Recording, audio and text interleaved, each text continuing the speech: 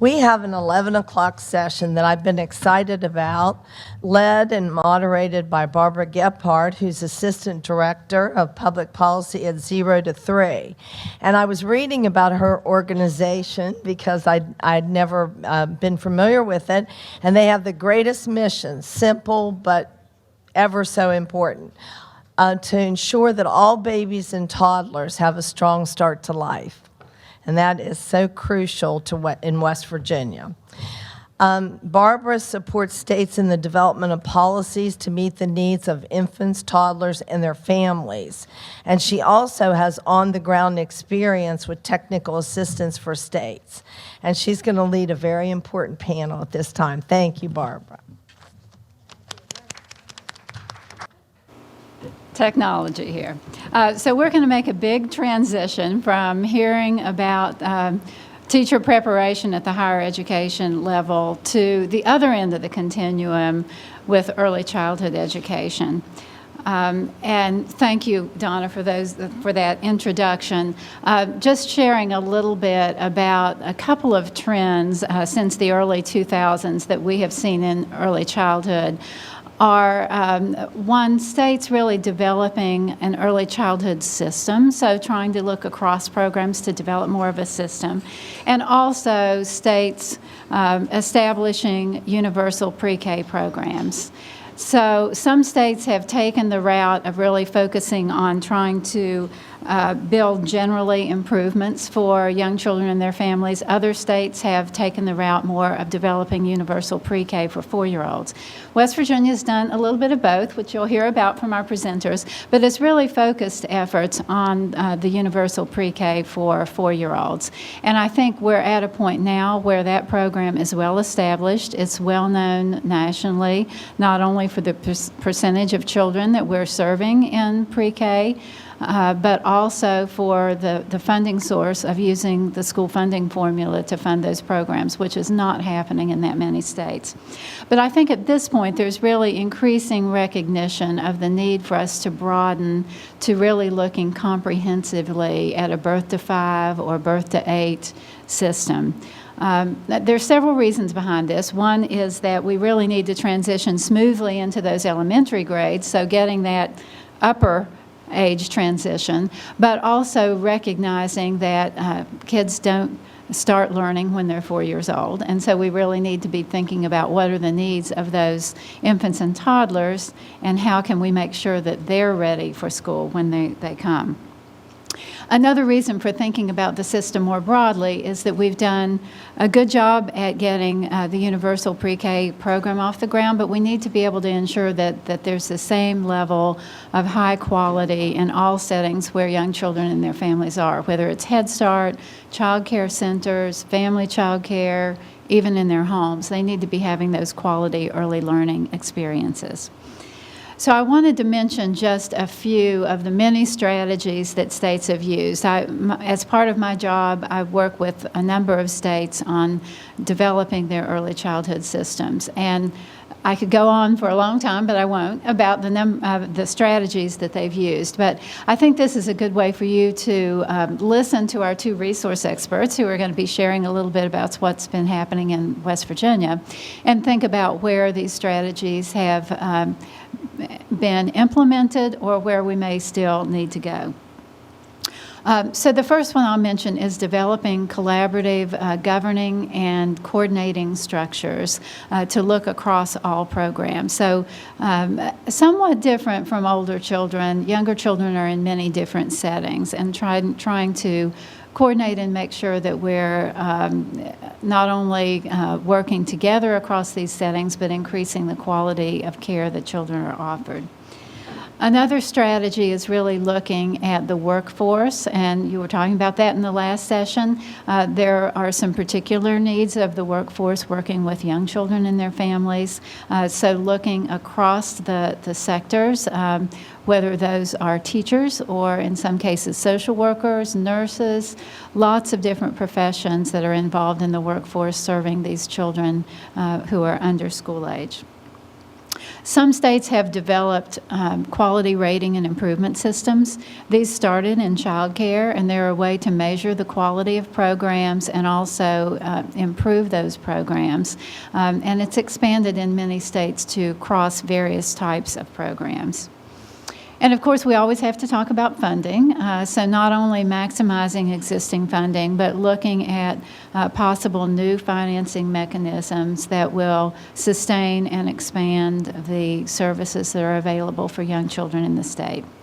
And the last one I would mention is around data systems, so that these programs that are very disparate and different from each other often can share data about the children that they're serving, about the services they're receiving, and about the workforce that is providing those services.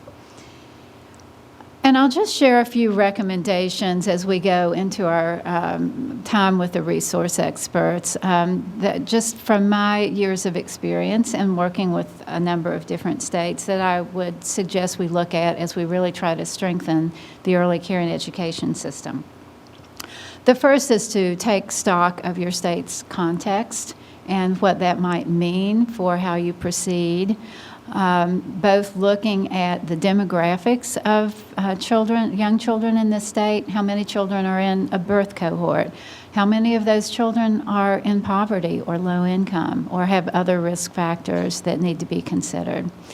Beyond the demographics, where are those children spending their days? Are they in structured programs like pre-K and child care centers? Are they in less structured programs, or are they at home with mom and dad? And also, another aspect of thinking about the context of your state is what are our current practices and policies, and how can we build on the strengths that we have in one program to strengthen another program? I would also recommend that at any time that you prioritize quality. It's easy to think about how many children are served and increasing the number of children served, but unless we serve those children in quality settings, we won't necessarily get the early learning experiences to them that they need to be having. The programs and initiatives that we have really need to be based on sound evidence and need to be evaluated, both to promote accountability but also to promote improvement among those programs. I would also suggest that you look carefully at opportunities that come along and capitalize on those. First, you have to have a long-term vision. Where is it that we're really trying to go for the infants and toddlers and preschoolers in our state? And then how does this opportunity fit or not fit with that long-term vision? If there's new funding that comes along, ensuring that that funding fills gaps and promotes services that are going to increase children's experiences and not just put them in a setting that may not really be that beneficial to them. Similarly, any new initiative should be aligned with existing programs. If you're coordinating efforts, then improving one program can help to improve the quality of the entire system. And then lastly, I would suggest that you look at linking with all of the various services that are impacting these young children and their families. Obviously, children are probably more seen by healthcare providers at that age than in any other setting, so we need to be working with the healthcare system. But even thinking about other systems like the child welfare system, where many of our most vulnerable children are, or all of those programs that are trying to improve families' economic security. There's a wide variety of programs out there where families and their young children are seen, and all of those are not necessarily knowing how to deal with child development, how to promote those children's development, or even respond to parenting that they see happening by the families that come to their services. So that was just a little bit to set the context and frame up our discussion today. We have two resource experts with us today. Janet Bach-Hager is the coordinator of the Office of Early and Elementary Learning in the West Virginia Department of Education. She has been the coordinator since 2010 and has spent a number of years in various early childhood programs, including being on kind of the other side of the universal pre-K program by being an education specialist in a Head Start program. And then Lisa Ertl is, as of this weekend, the director, not the interim director, of the Division of Early Care and Education in the West Virginia Department of Health and Human Resources. Lisa has been there since 2012, first as a child care licensing specialist and now as the director. So each of them will have a little time to share with you what West Virginia has been doing in the early education area. So Janet, we're going to start with you. If you can talk a little bit about the work that West Virginia has already accomplished with school readiness and the universal pre-K program, and then how can we build on that to make sure there's a comprehensive approach? All right, thank you. Well, good morning, everyone. West Virginia's been, as I've spoken with other states on many occasions, very unique in its approach to universal pre-K. And I actually, as a professional in early childhood, celebrate the work that West Virginia has done over the past 3 decades. But over the last 20 years, the work has really it's really exploded, and our whole state has rallied around 4-year-olds and 3-year-olds with disabilities. In the universal pre-K program, we're recognized nationally, not only for our participation rates, which we're about 76% of our children, 4-year-olds attend universal pre-K, but also just our approach to universal pre-K. Our unique approach includes local early childhood teams that are collaborative among child care, Head Start, and our school systems. And many times that's the focus of the conversation in regards to universal pre-K in West Virginia. Other states want to know how we utilize all the experts from each of those fields to really capitalize on the resources within the state to really support our youngest learners. And, you know, I have to credit the people that I grew up as a protege under, the folks in the legislation who supported legislation that said you'll work as early childhood experts together. You will make decisions together, and it will be based on the community's needs. And that's a really, really important thing about universal pre-K is that teams had to come together. They had 10 years to build a universal pre-K system, but the experts were all at the table, and many voices were heard to speak on behalf of children and families were engaged in the conversations to really support those kids and what we know is best for young children, and that is a comprehensive approach that looks at the whole child.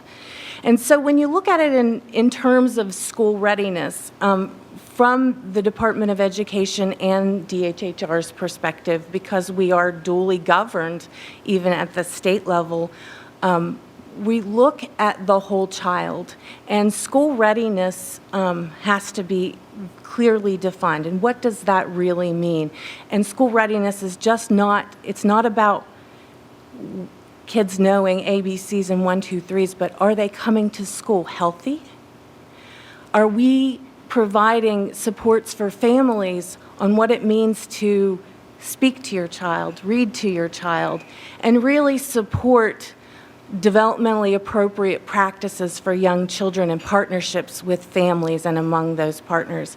We've expanded our school readiness efforts and our transition efforts to really support not just kids as they're coming into pre-K, but as they're moving from other places within the system. Are they coming from home? Are they coming from other centers?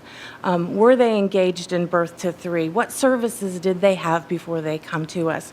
But also looking at that through that lens as they transition into kindergarten, into first grade, and beyond. We know that children come with a history. They have a story, and it's important to know their stories in order to help build the next chapter in their stories and support them in their progress. And so we look at the Department of Education and the Office of Early and Elementary Learning at the whole child through that lens and expand it to supporting the child all through elementary school. So we focus on a pre-K through 5th grade lens, and we focus on key aspects through our campaign for grade level reading efforts as well. That's all coordinated. So we look through at 4 key areas. Strong instructional support at every grade level. School readiness, including healthy kids when they come to us, and supporting that through not just entry into school, but through collaborations with pediatricians through kindergarten, 1st and 2nd grade, and even beyond. We also look at attendance and supporting families and ensuring that children, when they're enrolled, they come to school. And so those are some key facets that we focus on through our efforts and our coordination. Universal Pre-K is kind of seen as a bridge, oftentimes because of our partnerships with other early childhood programs. We work very closely with programs with infants and toddlers, including birth to 3, our early Head Start programs, and our home visiting programs throughout the state, because that helps us as an early childhood field really support and know the story of our children and our families. And our lens has to focus on partnerships with families through this process. So when we look at universal pre-K, it's just part of the early childhood world, but we've had some opportunities throughout the last 2 decades to really support children and be a bridge from that infant toddler world through 5th grade. And so that's what we continue to focus on. It's a strong foundation, but we know we also need to continue to work and support our young children and families of young children too. Thank you, Janet. And I will just echo that nationally, West Virginia is well known for the collaborative approach and the collaborative nature by which the pre-K program has been approached. So turning to Lisa, we have an opportunity right now federally with a new grant called the Preschool Development Grant. And while it sounds like it's about pre-K only, there's a new iteration of this grant now that is birth through 5. So Lisa, I wonder if you could talk a little bit about how this grant might be able to support West Virginia's early childhood system and strengthening it. Absolutely. The Preschool Development Grant will be awarded to lucky recipients December of this year. West Virginia has asked for $2.6 million. And the primary focus of this grant for this first year is to develop a comprehensive needs assessment of the entire early care and education system as it is today, to define what those barriers and gaps may be. West Virginia does a stellar job in the early childhood field of collaboration, as Janet and Barb mentioned, and getting those early childhood experts to the table to figure out the best way to serve that child, but also to serve families throughout West Virginia. So this grant will be able to, for the first time in West Virginia, give us a very comprehensive view of the state of early care and education and what that system looks like currently. Once we have that assessment completed, then we're able to move on and develop a strategic plan based on that to make sure that once those gaps or barriers are identified, those strengths are identified, we could move forward to make this the best early care and education system in the state. Thank you. We have time for a few questions, particularly if there are any of the legislators, but anyone else who might want to ask a question at this point.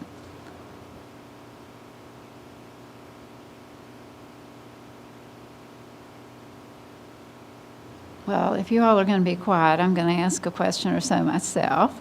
So I think considering that we're here as a group of legislators and education advocates, I'd like to ask each of you to talk a little bit about anything that you feel like legislators can do to support a comprehensive early care and education system. Janet, you want to start?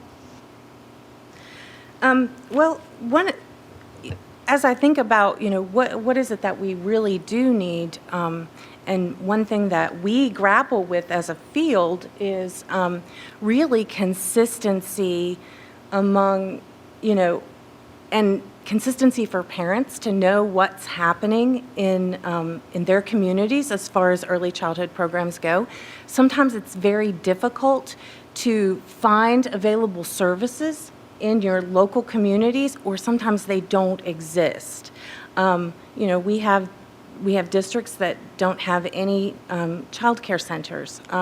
We have communities that have, very few resources. So really focusing on, and determining where the services are and where there are gaps and what we can do to support services to families, especially considering some of the challenges that our families are facing today, risk factors that children are already dealing with at such a young age, and adverse early childhood experiences, which really impact a child throughout life, not just learning and education, but also their own health as adults. So if you look at research on investment in early childhood education, when you invest in pre-K, lead economists say you get a return on investment of about $9, but when you look at a comprehensive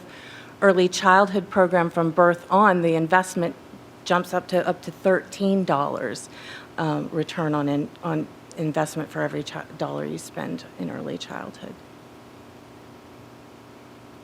I would just encourage anybody, legislatively, educationally, to take the time to educate themselves, continuing to learn about the importance of early childhood experiences and their long-term ramifications on society as a whole, whether it be for workforce development, crime reduction, healthier adults. All of those play a factor in what happens in those first few years of life. Oftentimes, that birth to 3 population is inadvertently not paid as much attention to, but what happens in those first 3 years of life are paramount in the success of transitioning to preschool, elementary school, and then transitioning to an adult. Thank you both. Let me give one more opportunity if anyone has a question or a comment before we close out. Yes.